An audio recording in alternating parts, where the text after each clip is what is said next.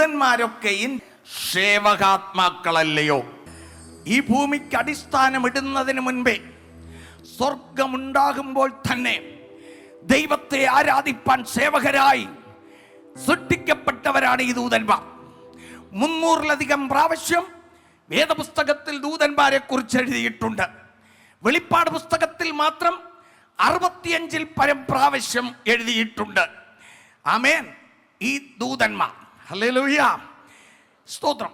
അതുകൊണ്ട് ഈ ദൂതന്മാരെ ആരാധിക്കാൻ പാടില്ല. വെളിപ്പാട് പുസ്തകം 1 മുതൽ 22 വരെയുള്ള അധ്യായങ്ങളിൽ രേഖപ്പെടുത്തിയിരിക്കുന്ന എല്ലാം, ആമേൻ, സ്തോത്രം, പത്മോസ് ദ്വീപിൽ നാടുകടത്തപ്പെട്ട യോഹന്നാന് കാണിച്ചു കൊടുക്കുകയും പറഞ്ഞു കൊടുക്കുകയും ചെയ്ത ദൂതന് ഇതെല്ലാം ചെയ്തു കൊടുത്തത് കൊണ്ട് അവന്റെ കാൽക്കൽ വീണ് ദൂതനെ നമസ്കരിച്ചു യോഹന്നാൻ.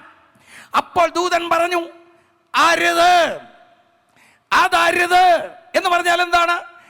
എന്നെ നമസ്കരിക്കാൻ പാടില്ല. ഞാൻ ആരാണെന്ന് നിനക്കറിയാമോ? അതാണ് ഇവിടെ അടുത്ത് രേഖപ്പെടുത്തിയിരിക്കുന്നത്. ഞാൻ നിന്റെയും, യോഹന്നാനെ, നിന്റെയും നിന്റെ സഹോദരന്മാരായ പ്രവാചകന്മാരുടെയും ഈ പുസ്തകത്തിലെ വചനം പ്രമാണിക്കുന്നവരുടെയും സഹഭൃത്യനത്രേ. ഹല്ലേലൂയ. കൂട്ടുഊഴിയക്കാരൻ, കൂട്ടുവേലക്കാരൻ, ആമേൻ, കൂട്ടുശുശ്രൂഷകൻ, സേവകാത്മാവ്. ആരുടെ ശുശ്രൂഷ? നിന്റെ.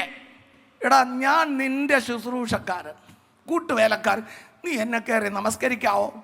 അതുകൊണ്ട് കുരിശടി ഉണ്ടാക്കി, ദൂതന്റെ പടം ഉണ്ടാക്കി, അതിന് മുൻപിൽ മെഴുകുതിരി വെച്ച് അതിനെ നമസ്കരിക്കുന്ന അറിവില്ലാത്തവരുണ്ടെങ്കിൽ ഈ വേദപുസ്തക വചനം വായിച്ചിട്ട് പരിപാടി നിർത്തിക്കോ.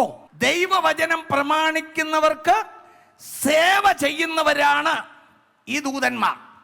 അപ്പോൾ അവരെക്കാളും പദവി ദൈവം നമുക്കാണ് തന്നിരിക്കുന്നത്.